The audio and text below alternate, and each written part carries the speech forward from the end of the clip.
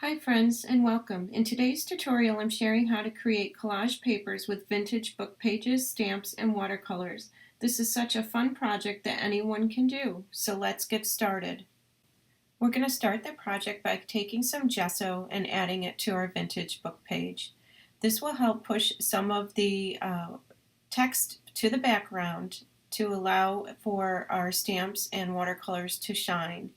It will also help the watercolors work better on the page. Instead of just soaking in and staining it, it will allow us to move the color around a little bit. It won't work exactly like watercolors would on watercolor paper, but it does give us a little bit more room to work around it. We're going to dry the gesso between layers before moving on to doing our stamps. We are using the solvent ink by StazOn. It's a waterproof ink and it will allow us to work with the watercolor medium without smearing the ink. So I've loaded up the stamp and I'm going to stamp it onto the page 3 times. You can do however many you would like of whatever stamp you're using, whatever will fit on your page. And then we will give it a quick dry.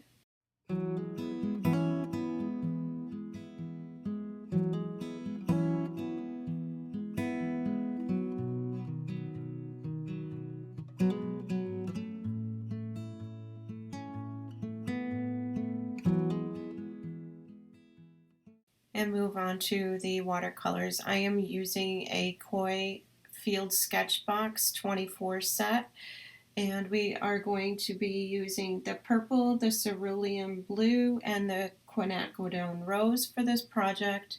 I'm just loading up the palette with paint, trying to get the right amount of mix between the watercolor paint and the water to make it an inky consistency. I've switched over to a watercolor brush and I'm starting to spread it on. You can see how it is staining the book page where there is no gesso. It is letting us work with it a little bit more where the gesso is underneath. However, it is definitely not working the way watercolors would work if we were working on watercolor paper.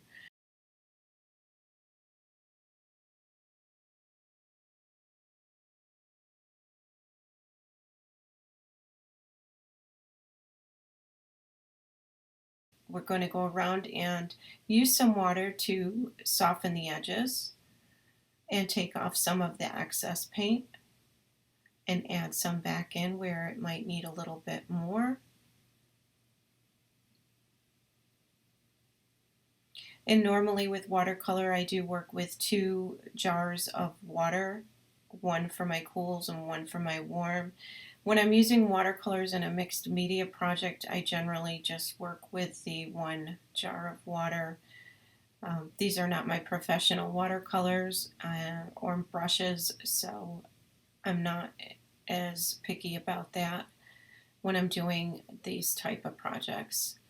So we're going to move on and add the purple to the top flower there on the page in much the same manner, moving the color around, adding more where we need it, removing it, and softening the edges with water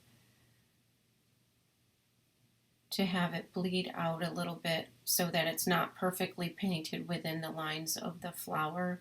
It will give it a looser feel.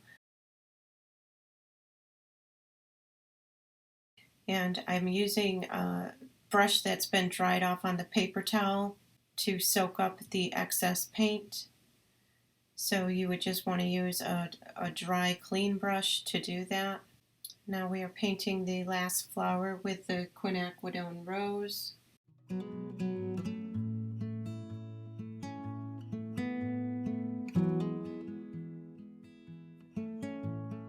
If you need to go back in on any of the flowers that you've done to add more color, feel free to do so. As it starts to dry, you can see where you might need to add a little bit more.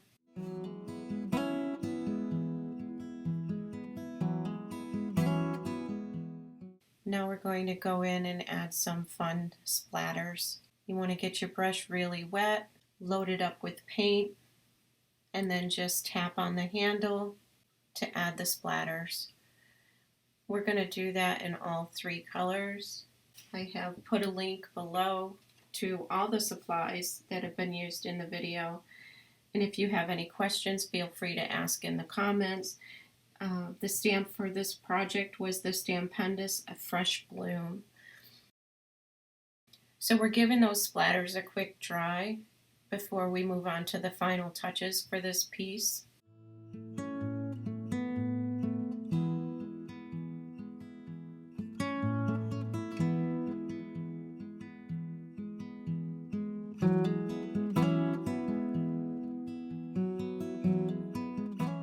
We're going to be using the Uni Posca pen paint marker fine liner in white. That is also linked below. And we're going in and adding some highlights to the little stamens of the flowers to make it pop.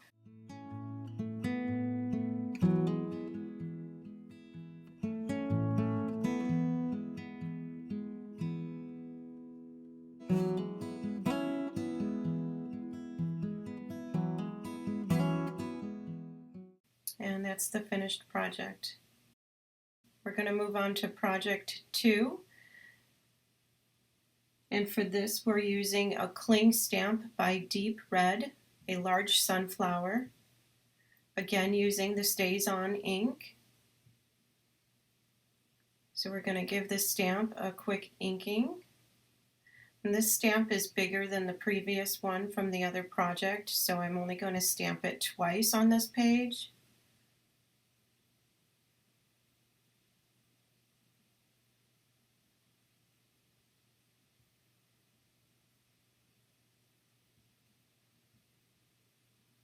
That stamping was a little bit light, so I'm going to try and ink it up again a little bit heavier to see if we can get a little bit stronger impression.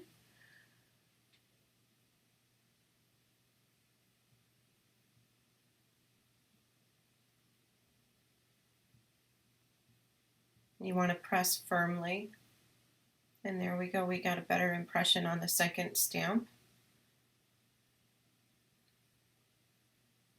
So we're going to mix up some colors to do on this project after we give it a quick dry.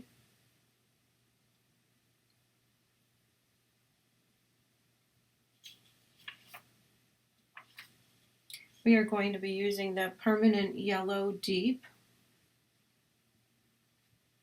So we want to get that into the palette and mix in water with it to get it to a nice inky consistency.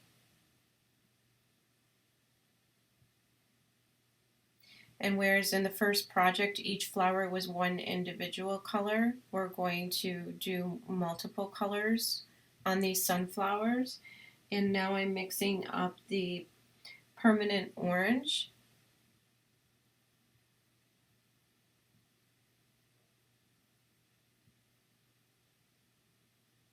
Adding more water to get to an inkier consistency.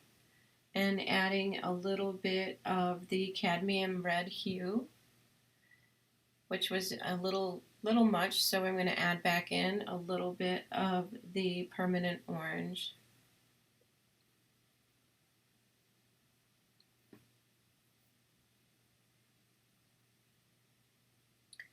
And we're going to switch back to the watercolor brush.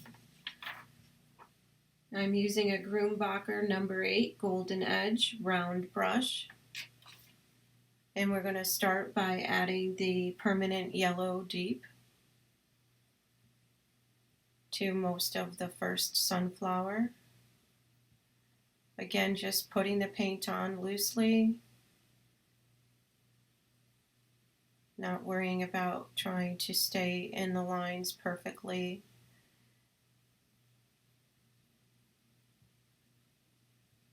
Using some water to spread it around.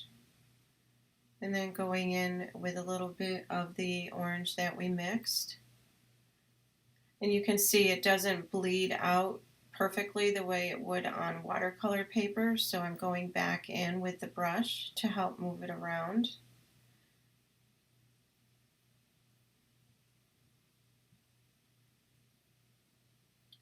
By working with an additional color on these flowers, it gives it more dimension and makes it pop off the page a little bit more than if it was just the one color, which would have a more flat appearance.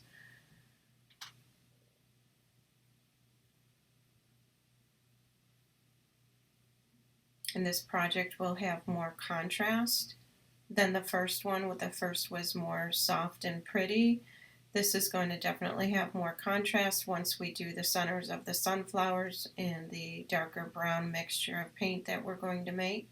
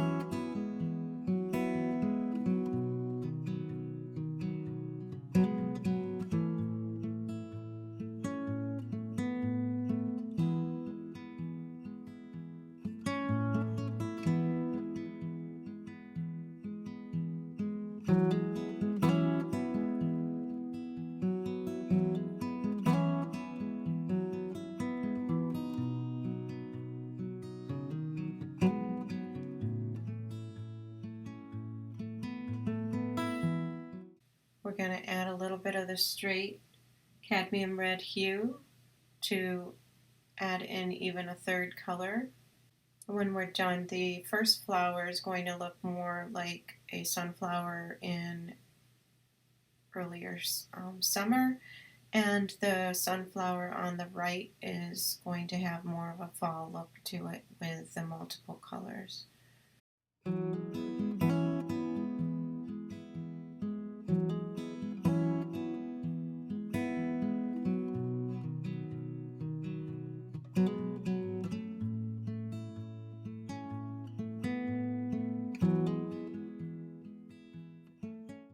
And don't be afraid to go back and add more touches to the first flower that you've done if you feel that it needs it. We're going to give it a quick dry before we're moving on to do the centers of the sunflower.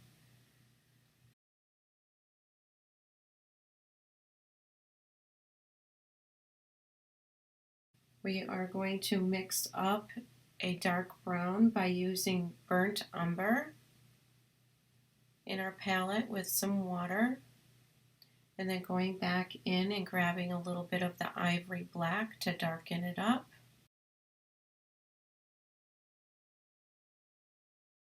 And we're going to apply that loosely to the center of the flowers.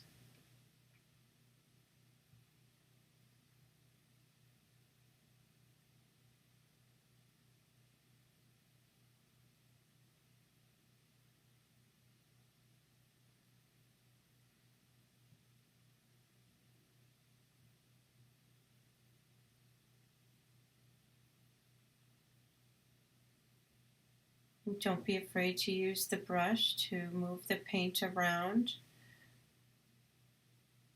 And don't forget that you can pull up the excess by using a dry brush that you've wiped off on your paper towel.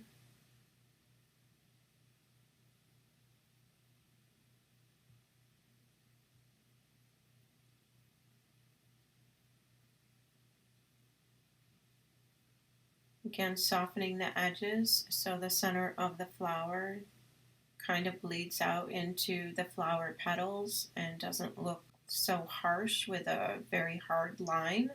We're going to add the fun splatters to this as well. Here we are using the orange mixture. You do want to probably have some baby wipes handy to wipe up the splatters after you're done, because they do tend to go all over. And you can add as much or as little splatters as you would like, depending on the look you're going for on your piece. I'm glad I decided to add in the brown splatters. I think it does make the piece pop a little bit more and gives it more contrast instead of being all mid-tones. We're going to dry those up real quick and then move on to the final details that we're going to add to the middle of the sunflowers. I'm just going to quickly go through and add a bunch of dots to the center of the flowers. It gives it more dimension, makes them pop off the page a little bit, gives it some depth.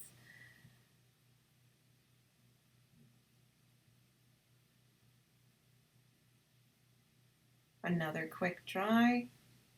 Drying between layers is very important and a step you don't want to skip.